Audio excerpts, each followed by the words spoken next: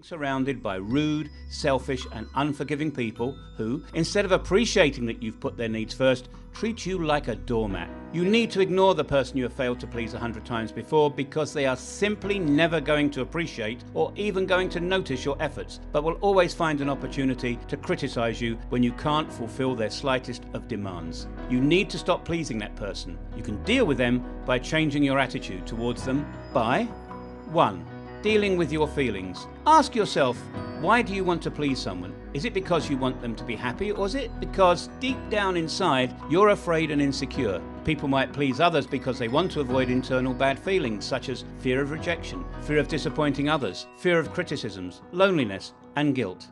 2. Assess your priorities. Whenever that person you have been pleasing asks you for anything, you automatically jump in and say yes, before thinking if you really want to do that thing. You may feel obligated to say yes, because that response becomes the right thing to do, but for all the wrong reasons. Next time a situation arises, consciously stop to think about it before you commit to doing it. Thinking consciously takes work and practice.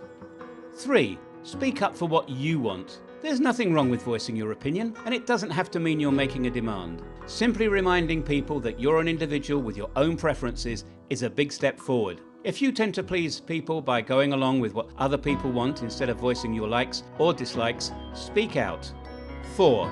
Learn how to say no. If you tend to always say yes to things even when you don't want to, or when situations cause you stress, start saying no. It might take some practice, but let people know when you can't do what they want. There's no need to make excuses or talk your way out of it. A simple no or no thank you will do. The third type of person you need to ignore is the naysayer, who always dumps on your dreams. Mahatma Gandhi once said, first they ignore you, then they laugh at you, then they fight you, and then you win. Are there any naysayers in your life? Someone who is perhaps discouraging you from pursuing your goals and dreams? Someone who thinks that you're joking and says it's impossible when you share your grand plans for your future? Someone who sabotages you when you try to cultivate a new habit or quit a bad habit? Someone who is keeping you from achieving your highest potential? If yes, then you need to ignore them, because if you give in and let their negativity convince you of who you are, their madness will wither you away. You will morph into what they say you are, rather than living honestly as yourself. In this way, these people will steal your life from you. You'll lose track of where their opinion ends and your reality begins. So here are ways you can deal with a naysayer. 1. Redirect them. Some naysayers offer unsolicited opinions about your activities, which can be incredibly annoying and distracting. In this case, politely point out that you're not looking for their input and suggest they spend their time focused on improving their own situation. 2. Give them credence. Tell them you'll take their thoughts under consideration and report back to them on your experience. You could argue with them, but why waste energy you could apply in productive ways?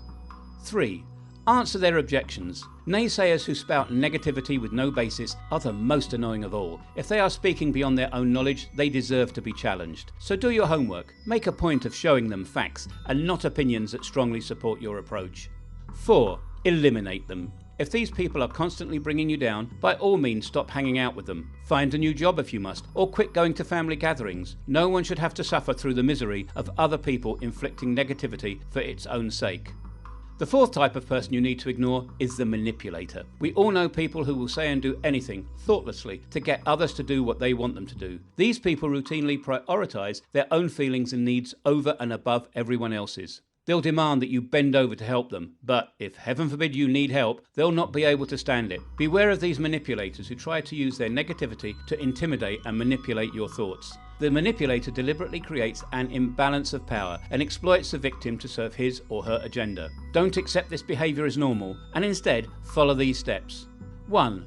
Avoid self-blame. Since the manipulator's agenda is to look for and exploit your weaknesses, it's understandable that you may feel inadequate, or even blame yourself for not satisfying the manipulator. In these situations, it's important to remember that you are not the problem. You're simply being manipulated to feel bad about yourself. 2.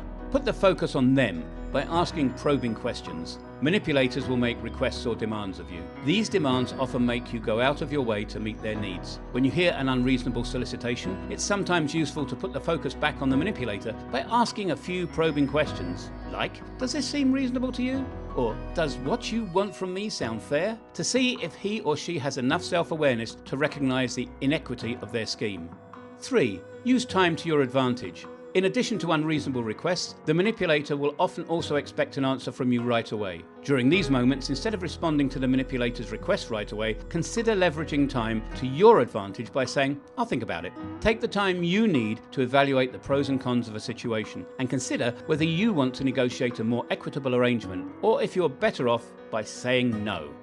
4. Keep your distance. One way to detect a manipulator is to see if a person acts with different faces in front of different people and in different situations. Manipulators tend to habitually dwell in extremes, being highly polite to one individual and completely rude to another, or totally helpless one moment and fiercely aggressive the next. It's not your job to change or save them, so if you can't deal with them, keep your distance from them.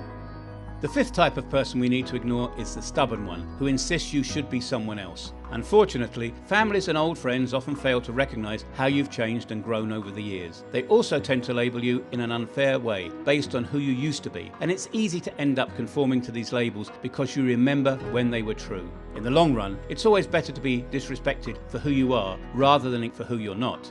In fact, the only relationships that work well are the ones that make you a better person without changing you into someone other than yourself, and without preventing you from outgrowing the person you used to be. The only way you can ignore such stubborn ones is by ignoring their opinions. When you ignore their opinions and decide to be who you are instead of what they want you to be, you open yourself up to real love, real happiness, and real success. There is no need to pretend to be someone you're not. You don't have control over what others think about you, but you do have control over how you decide to internalize their opinions. Leave them to their own judgments. Don't feel threatened, and don't conform just to please them. Let people love you for who you are and not for who they want you to be, or let them walk away if they choose.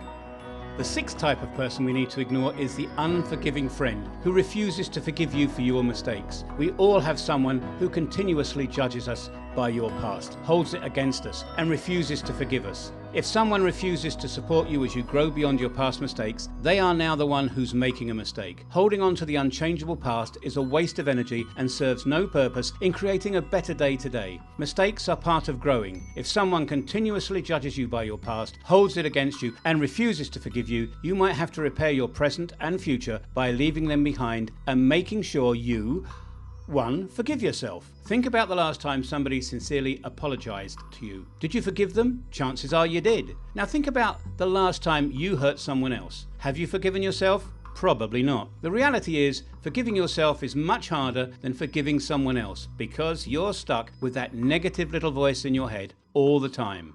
2. Try self-love. You've probably been pretty hard on yourself, but it's time to move away from the past and start moving towards self-love. You're more than your past mistakes.